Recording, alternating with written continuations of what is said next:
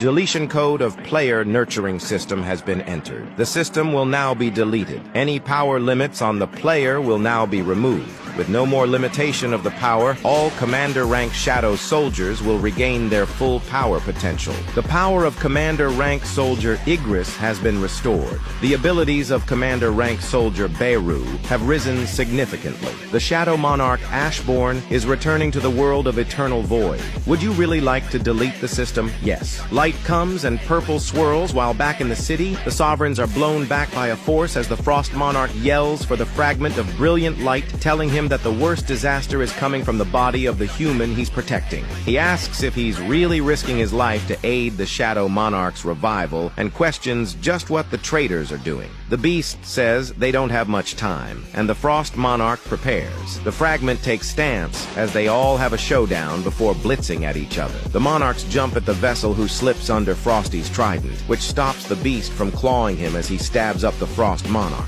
Frosty realizes that this bastard is reading the trajectory of his spear and moving accordingly. The beast thinks that he has the movement of a warrior who has experienced countless battles. He's barely avoiding the Frost Monarch's attacks and fending off all of his attack at the same time. Frosty prepares blast breath but gets upper kicked straight into a building. The beast tries to take a bite but gets a dagger shoved into his upper jaw instead. Howling in pain before trying to grab the fragment who dodged. Removing the blade from his jaw, he threatens to tear him apart when he suddenly senses something and goes defensive, turning over and looking towards the frozen Jin Woo. This arc continues. The Beast Monarch jumps back, while the Frost Monarch emerges from the dust, saying that that won't work on him twice, and invites the beast to attack again, but he interrupts, stating that he will now stop. Frosty questions how he's stopping after coming this far, and the dog responds, asking if he can't feel the mana surrounding them, has started to cry. The Shadow Monarch is coming, he adds. Blue Grandpa reminds him that he promised to help defeat the Shadow Monarch. However, the wolf responds that his promise was limited to only when the Shadow Monarch was in his human form. But since the real deal is coming, he no longer has a promise to keep. The Frost Monarch chastises him for running away with his tail between his legs, even though he's the Beast Monarch. But he responds that the Frost Monarch wouldn't understand him since he has yet to experience the full power of the Shadow Monarch. Walking through his gate, he says he shall pray for Frosty's fortune. Calling him a foolish bastard, Grandpa commands they taste the terror of the frost and see his true power. Stabbing his trident into the ground, he creates a storm of ice. Hunters yell for retreat as the storm picks up cars and swirls them around alongside icy blades. Standing ready, the fragment thwarts Frosty's attack while he focuses his power to the sky, forming a massive chunk of ice. He tells them to be trapped inside the Eternal Void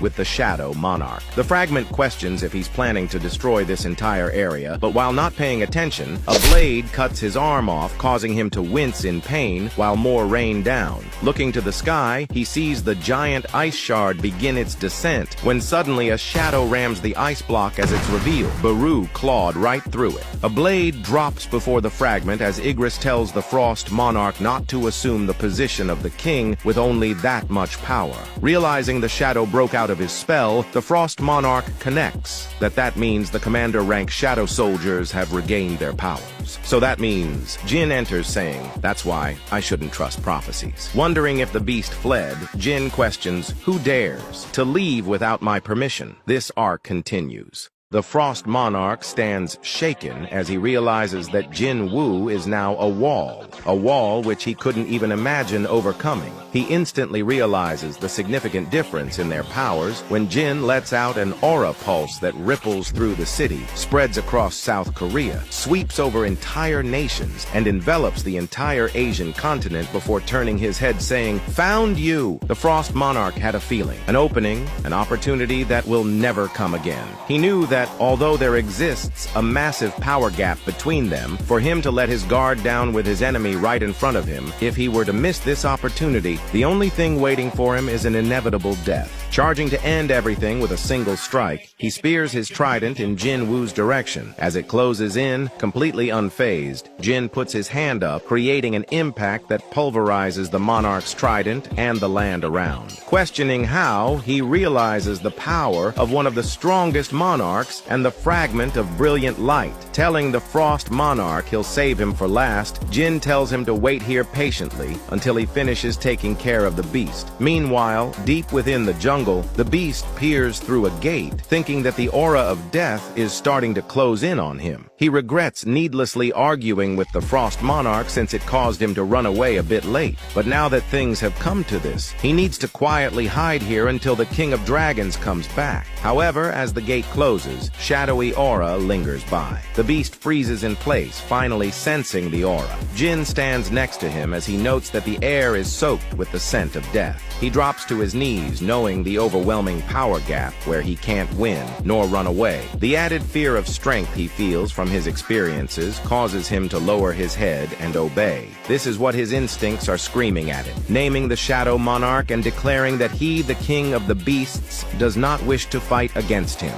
He begs forgiveness for his sinful acts and offers his loyalty. He adds that in the near future the King of Dragons will set a foot on this land with his soldiers, and he, along with his beast army, shall assist the Shadow Monarch. Jin accepts his plea, and the beast monarch grins, convinced of his own cunning. He believes that if Jin was the real deal, there'd be no way he'd forgive him, especially after he betrayed him once already and tried to get rid of his vessel, which was his advent onto this land. Thinking he bought time thanks to the human's foolish forgiveness and affection, he just needs to hold out until the King of Dragons gets here, and when the time comes, he will rip apart his vessel. The beast monarch feigns loyalty, but Jin interrupts, saying before that they need to take care of each other's debts. Jin has 5 scars from the beast's claws that pierced his heart. If the beast can survive 5 attacks, Jin will forgive him. Panic floods, and the beast monarch transforms into a massive wolf, seething at Jin's audacity to mock him. The beast declares that although his life will end here, Jin will not leave unscathed. The beast howls as Jin stands, summoning a single dagger. Blitzing through the jungle, Jin slices the tree line along with the monarch, causing his leg to fly off his body. 4 more left, Jin says. Back in the city, the Frost Monarch looks over, thinking that he doesn't know about that ant who is healing humans, but this one is certainly an issue. He knows he's seen it before, the Knight of Death, one of the 2 wings of the Shadow Army, the Shadow, Igris. Now that it's able to use its full power, it's quite bothersome. They can regenerate as long as the Shadow Monarch still has mana, but Frosty can't recover the mana he used for transformation. Dodging one of Igris's slashes, the Monarch tells him not to even think about doing something so meaningless, and questions if he thinks he can hold out much longer against him. Stabbing his sword into the ground, Jin peers through and begins walking through the gate in his cape. Frosty is unnerved as the beast's teeth drop to the floor. Jin says the beast monarch is dead, and Frosty is alarmed that he killed the beast monarch in only the few minutes he was gone. Jin states the plague monarch, the beast monarch, and the frost monarch. The deaths of these 3 monarchs will serve as a warning to the other monarchs. Angrily retaliating, Frosty's suddenly stabbed with a dagger, then another. He prepares a blast breath, but Jin covers his mouth, summons a dagger, and slashes him across the torso. He says the beast died on the 4th strike and wonders how much longer Frosty can survive. His skin crackles and he screams as his vessel breaks and dissolves into ashes that float up the sky. Baru presents himself and Jin asks about the person who protected him earlier. He's told that he disappeared earlier as he spots a dagger on the floor and picks it up. Leaving bloody handprints and dragging his nub on the wall, he falls. Breathing heavily while his body deteriorates, Sung Il-hwan guesses that this is the consequence of receiving God's power with a mere human body. It's fine though, this is how it should be, he says. Suddenly a blade spins at his boot, and Jin asks if he really thought he wouldn't know if he left like that. He questions why he left without a word again. Dad, this arc continues. A gate, a giant hole that calls forth demonic beasts. After clearing the dungeon boss of the gate, you must escape the gate within an hour. However, Sung Il Huan had no choice but to be trapped within the dimensional rift, sitting there, weakening. The rulers lent him their strength and requested for him to stop the monarchs, including the Shadow Monarch, who was soon to be born. After losing all means of escape, he had no choice. He returned back to Earth as the ruler's emissary, with a heavy responsibility. However, he couldn't fulfill that responsibility. Seeing Jin Woo in Japan caused him to whimper, although he knew that the worst calamity of humanity resided inside that body. He couldn't do anything other than observe from a distance. Meanwhile, the rulers whose sole focus was to stop the complete advent of the Shadow Monarch started to change their stances, and finally, the brightest fragment of brilliant light issued him a new order: protect the Shadow Monarch. They had realized that in order to stop the Monarch's plan, they needed the power of the Shadow Monarch. The only ones able to stop the destruction were the soldiers of the King of Dragons, who were going to arrive before the soldiers of the heavens. It was a huge gamble, not knowing whether they would side with the humans or the monarchs. But now, we know the results. That's why he helped Jin. He says he didn't want to show Jin this side of him. Jin cries for his father, who asks if he hated him. Jin confirms, and Sung Il Huan apologizes. Jin says that when he first started out as a hunter, when he was at death's door, when he barely survived to see Mom and Jinna again, his father appeared in his mind, and he always hated him whenever it happened. But he also missed him. What about you? Jin asks. Il Huan looks up as Jin asks if he missed him. Know them. Tears flood as he says he missed them all the time. Even though he couldn't see him, he was happy about the fact that he was able to see Jin from afar. Taking a foot, he stands and hugs Jin, telling him he's grown well. Jin Woo cries and balls a fist as he asks if it's the rulers that are controlling him and throwing him away. But Il Huan responds that they simply gave him an opportunity to make a choice. He chose to protect him, and he doesn't regret a single thing about it. Jin's hand opens, and he hugs his father again as he fades, saying he wanted to talk more. He wanted to stay with him longer. He apologizes for not being a great father and shatters before Jin. Holding the air, he clenches his fist and screams through the city. Meanwhile, in the apartment, Kyung-hee names Jinna and invites her to move, saying she feels like they can move now. Tears stream while Jin screams at the monarchs, telling them they will definitely pay the price for what happened today. This arc continues. The day that the Shadow Monarch's outcries shook the world was the day when the prelude to war rose. A drone reports that Hunter Thomas Andre is not in a life-threatening condition, and they can see that ambulances on the scene are transporting the injured to local hospitals. The monster that massacred the citizens has stopped moving. Only their traces remained after they turned to ashes. Jin-woo hugs his family, while Choi Jong-in checks up on Baek Yoon-ho, and Woo Jin-chul guesses it's over now, and recalls the funeral when Jin told him he can give thanks after he kills the Frost Monarch. Dropping his head, he thanks the hunter. The Hunter Bureau announced that the monsters that appeared in the city are unidentifiable demonic beasts. The damage done to the city by the demonic beasts was tremendous. However, the true calamity was about to come in a few days. Thousands of hunters stand by as Liu Zhigang is introduced to the gate and calls the colossal gate massive like he's heard, saying that even if all the hunters in the world gathered, they could just be sucked up into that gate and vanish. Thomas announces it will start soon, while the chairman thinks that this is the first time so many hunters from all around the world have gathered in one place and wonders how many of them will survive. Jin Woo stands afar, looking rizzy. Cha Hae-in says that she's never seen him this nervous before. Soon, the gate will open. The gate cracks and everyone prepares for battle. Black aura oozes out as they see it's a massive army. Jin realizes something as arisen silver soldiers and giant dragons make their way out of the gate. One looks cooler than the rest, and this arc continues. Screaming to commence the attack, tanks prepare alongside healers and mages when suddenly they're all ordered not to move. A cease attack is passed along as Chairman Wu asks why they're stopping. The silver soldiers get lower as Choi questions what he's thinking, wondering if they're really planning on having a face-off without attacking the beasts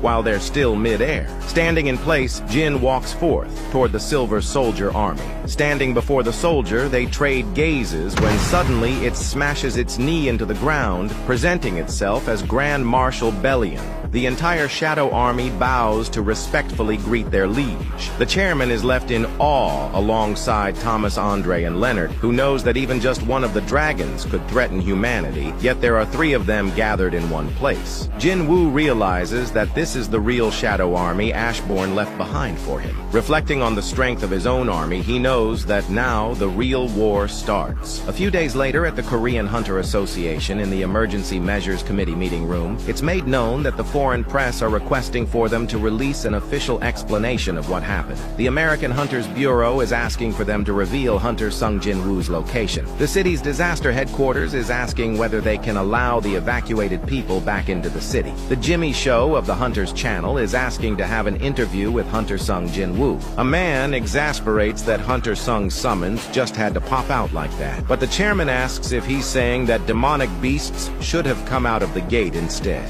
That instead of getting calls for interview requests, they should be getting calls from the families of the deceased hunters and get away with only being as free as they are right now. Jinchul thinks that hundreds of thousands of demonic beasts came out of the colossal gate, and they have been absorbed into Jin Woo's army. He makes known that he's well aware of how confused everyone feels due to Jin Woo's sudden disappearance. But this isn't the first time he has disappeared like this. They need to start getting used to this. If they, as the Hunters Association, can't understand the agonies of Hunter Sung, then who could? The man swiftly apologizes, admitting he was wrong. Exhaling, the chairman wonders what Hunter Sung Jin Woo is doing right now. This arc continues. Jin stands atop Tusk's hand before his massive divided army. Bellion acknowledges Jin's strategy of holding a practice battle by dividing the forces into 2, adding that he never thought about it. Beru approaches, asking to test his qualifications for the Grand Marshal position. Bellion looks forth as Beru, the commander, challenges Grand Marshal Bellion to a battle. This excites Jin. The commanders showdown. Beru war screeches while Bellion unsheathes his sword. He holds it high, and Jin questions if he uses a great sword like Igris, though he's much bigger in size compared to Igris, and so is his sword. He assumes Bellion leans more towards power than speed, so as the ant blitzes forth, he thinks that Beru might have a chance. Bellion's sword extends and he whips it back and forth, shocking Jin Woo.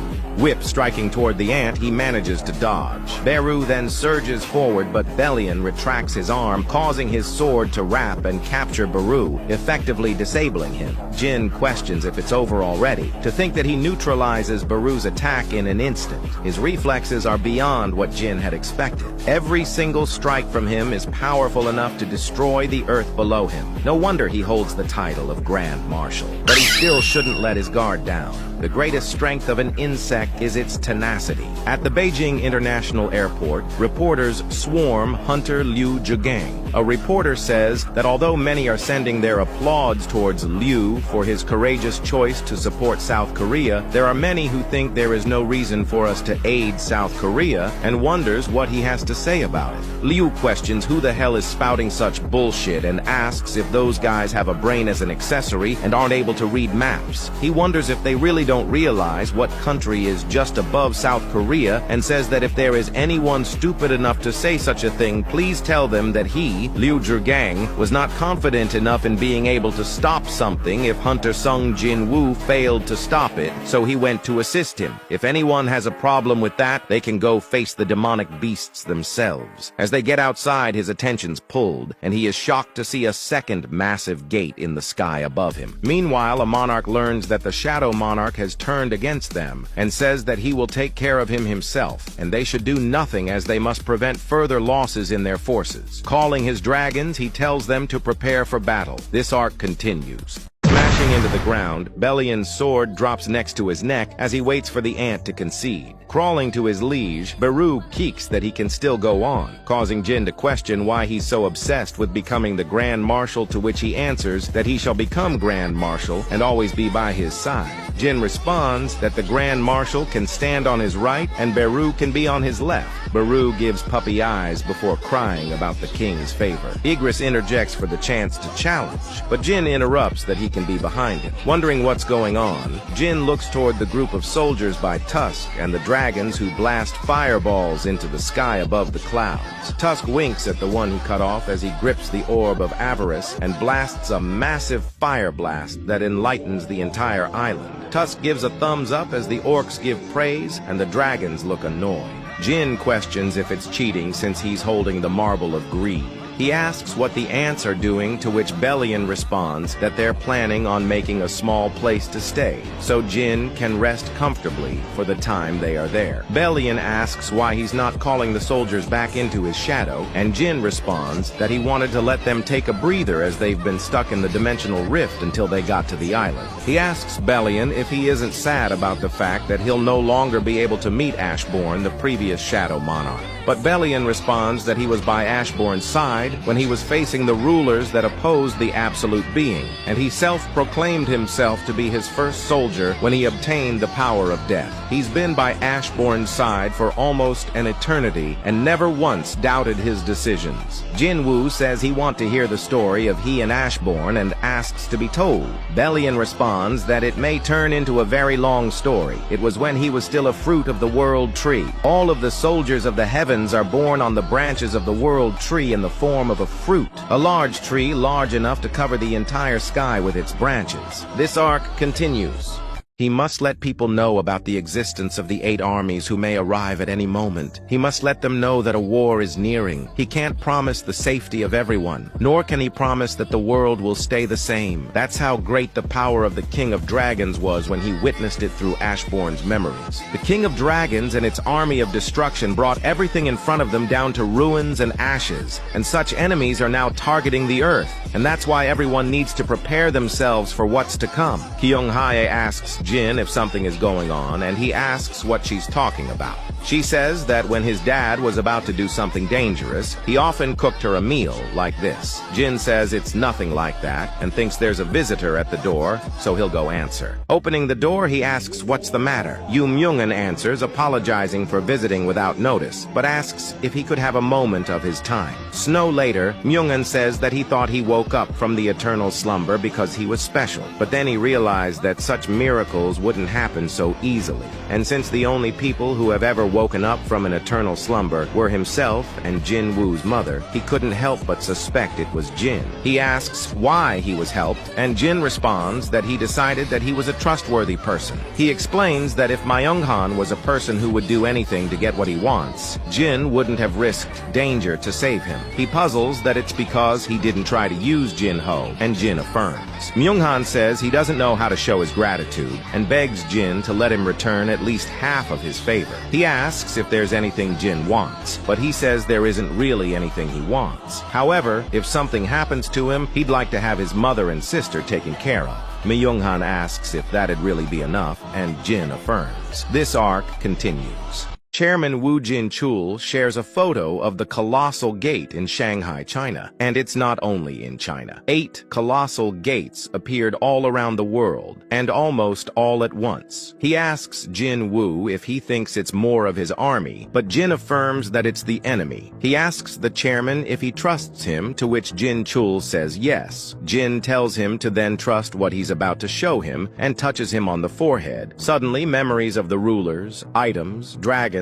and the entire war flood his mind. Jin pulls his finger, and the chairman gasps, calling it impossible. He had always thought that the gods gifted a special power to a small number of humanity, and that's why he thought they needed to protect humanity by fighting against the demonic beasts. But if what Jin just showed is really the truth, then his thoughts would have been nothing more than arrogance. He realizes that he misunderstood everything. To think that the hunters, no, the awakeners, are the only people who are able to survive after the true war, as if they're filtering out so only certain human lives. This is not the war between humans and the monarchs, but the war between the monarchs and the rulers. He asks Jin how this could be, and if he's planning on fighting against such enemies all by himself, to which he affirms. Jin-chul asks how they could be of assistance to Jin Woo. Another day at a ball, the chairman asks if anyone else said that they'd be coming, and an agent denies, saying only the 150 52 countries he's reported this morning are all of them. The agent asks just what Hunter Sung told him yesterday in his office, as he's never seen his face become so pale. Swiftly apologizing, he says he shouldn't have asked such a question, but the chairman says it's all right. The army of dragons appearing from within darkness, and the single gigantic dragon who was flying behind the army of dragons. The majesty such that even when every single hunter in the world gathered up against it, they wouldn't be able to even leave a scratch. And the pressure from the power that's enough to burn down all the lands in the world with a single breath. He felt it. He wonders how Hunter Sung is planning on fighting against them, while on the phone with him informing that he gathered the representatives from every country as he asked, and questions where he's at. Appearing behind him, he says he's just arrived. Jin Chul guesses that asking for his location is meaningless now. He says that there will be chaos when people find out about it, and some countries won't be able to handle the chaos today, if that's really what he thinks. The truth will be uncovered to the world. This arc continues. While the corporate suits are doing their best impression of headless chickens in Armani,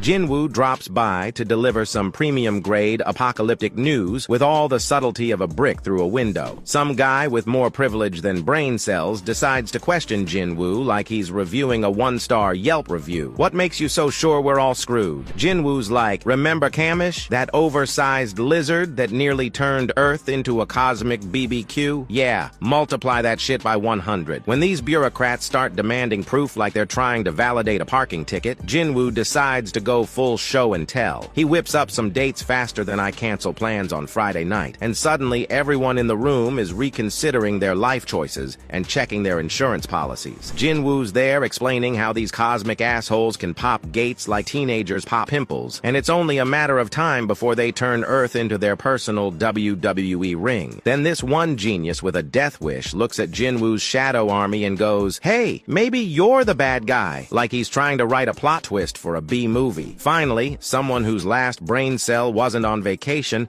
asks what they should actually do. Jinwoo's advice? Get the hell away from the gates unless you want to star in How to Become Monster Chow 101. And in a plot twist that shocked absolutely nobody who's been paying attention, people actually listened and started evacuating faster than rats from a sinking ship. For once, humanity decided not to play hero and pick the live to see another day option. Drop the bullshit is what Canada's S-rank hunter Jay Mills would have said to Jinwoo if he had his contact info. A man asks if Jinwoo isn't one of the greatest hunters in the world, so wouldn't it be wise to heed his warning? But the Canadian responds that nonetheless, not everything he says is the truth. Chairman Wu plays a tape of Jay Mills and explains that hunters have been gathering with him as their leader, and it seems that other strong hunters from other countries have also been preparing for a raid. He asks what Jin is planning to do now, and Jin responds that for now, he will head to China. It's impossible for him to face all 8 armies at once, so he need to get rid of the threat that's closest to Korea first, since they will be the biggest threat to his family. He'll take care of the other monarchs after he does so. The longer the battle goes on, the higher the chances of his winning the war. Jin says that he heard the government officials would be out to greet him, but it seems Liu Zhigang is here instead. Liu responds that they were making some stupid placards, so he decided to greet Jin himself. Liu leads him, and Jin notices that the gate is visible from the airport. Zhigang affirms that it is the colossal gate that recently appeared, and these are the 100,000 hunter army of China. Jin thinks that since there are 100,000 of them maybe. Liu interrupts the thought, saying that this is their elite army, where they not only have numbers, but also skilled individuals. Liu says that it seems it will start soon as Jin orders his army forth. Liu looks over as ranks on ranks of Jin's army are summoned. Liu thinks that he's on another level and questions if those things will be falling from the sky. He asks if they're all his summons. Beru states that the left side of the king is his place and questions who dares take his place, but Jin elbows him, telling him Liu's on their side. He acknowledges Jin is able to communicate with them as hunters yell for the gates opening. The massive gate breaks, and Jin watches in wait. Bellion calls it strange, since he doesn't feel any presences from the gate. Realizing Jin asks about the other locations, but Bellion says they all seem to be the same. So he's saying all the gates are empty? Realizing his mistake, he thought they created different gates across the world to divide up their army. But they probably put all their forces in the gate furthest away from him. This arc continues.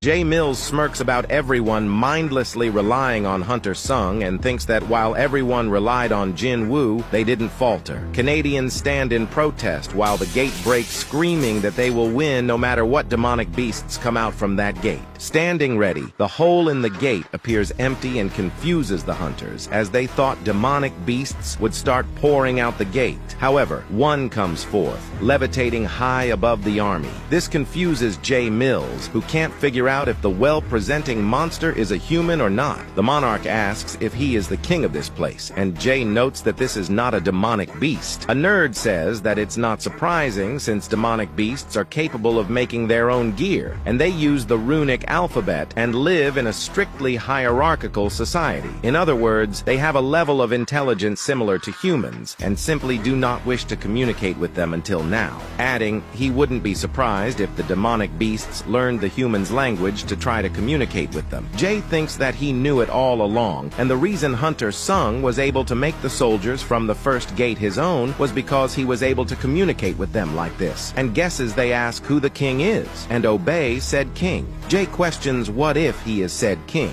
but the Monarch is uninterested, realizing he's not here. Back in China, Jin asks if there is no way to confirm what's going on in Canada. An agent tells him to hold for a minute, and he remembers Adam White may know. He picks up the phone and asks Adam if he could tell him what's going on with the colossal gate, but is interrupted by screaming. Adam reports that they're on the side of Canada's gate together with other agents. Jin asks why he's there, and Adam says they couldn't just sit and watch the situation in Canada. So many agents, including him, have been dispatched there. Jin knows that they still don't realize the scale of the enemy's army and asks if there's been any changes to the gate. Adam disaffirms, saying it seems that it was empty just like the other gates. It's very quiet on site. Jin takes a breath of relief when, hold on, something is coming out of the gate. A person? A person is coming out of the gate. He tells Adam to run away from there as fast as he can, as Adam watches the hunters.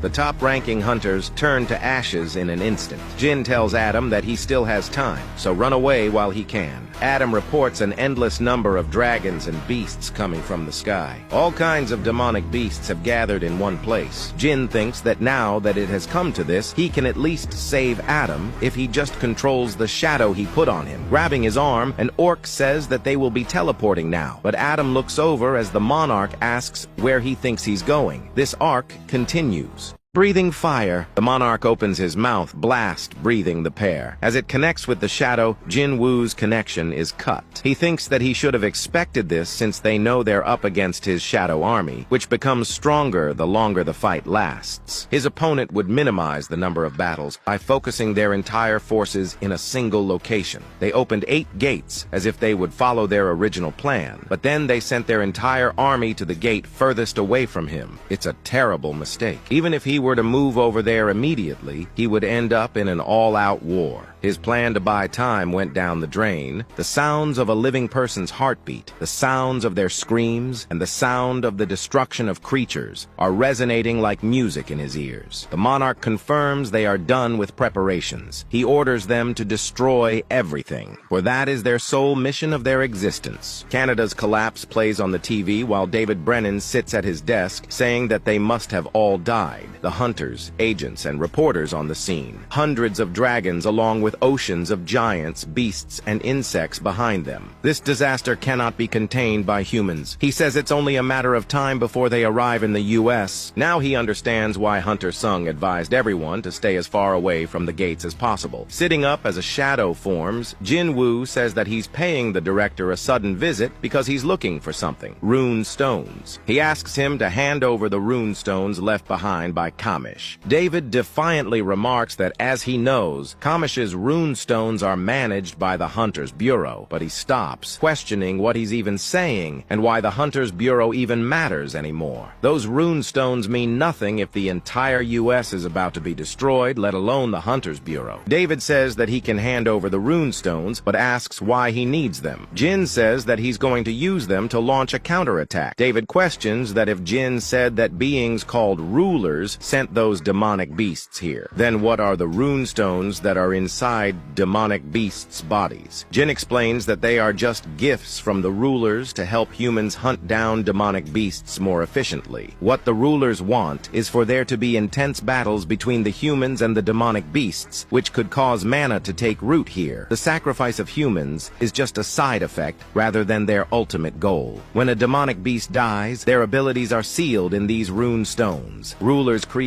rune stones to help humans hunt beasts. David asks if he can really stop them with these, and Jin responds that he will have to try, and wonders if he could ask for one more favor. This arc continues. Inside a mansion, Norma Selner says that she never thought someone would come looking for her at a time like this. She adds that the person sitting in front of her is not the person she knows. Before, darkness existed deep inside him, but now he is darkness itself. Jin rebuttals that he is the same person she knew, but simply became one with the darkness she saw back then. He asks if she can see the future. Then could he ask for her to look into his future? Taking a moment to think, she takes his hand in understanding. Eyes closed, and a chandelier later, and she begins crying atop Jin's hand, realizing that he plans to take everything on by himself. She questions how a single human could carry this much by themselves, and asks if he's planning on protecting everything by sacrificing himself. Jin responds thankfully, because it means he can get there, at least. Norma disputes his use of thankfully, since no one will be able to remember. It'll be a lonely fight by himself. Shadowing out, he asks to be excused for the sudden visit and request. Atop a radio tower, Jin stands before the sunset. Pulling out his phone, he dials a number and greets them. They question if it's really Jin Woo, and he affirms, apologizing as he's been busy lately. Hunter Cha says it's okay, as she's also been very busy. Jin agrees, clarifying that they haven't seen each other for so long since they've been so busy. Saying that they'll meet again soon, Cha agrees. Calling Jin Woo's name, she asks if he can promise that he'll come see her, to which he promises to go see her. She holds her phone close to her chest before the ultimate soldier informs her that they should get going. Baek Yoon-ho, Ma Dong-wook, and Lim Tae-gyu stand by alongside Liu Ju-gang, the Draw Sword Guild, the Richter Guild, and the Scavenger Guild, the Europe Hunter Alliance, the African Temporary Guild Union, and the Chinese Emergency Response Alliance. Hundreds of thousands of hunters are on their way to battle. Standing over bodies, the monarch announces his position. Looking up, he lets out an aura pulse that sweeps the Western Hemisphere across the globe to South Korea and to Jin Woo. He says that he's already taken the lives of tens of millions of his kind, and asks how much longer he plans on hiding for. The Shadow Monarch responds that he'll meet him soon, and this arc continues.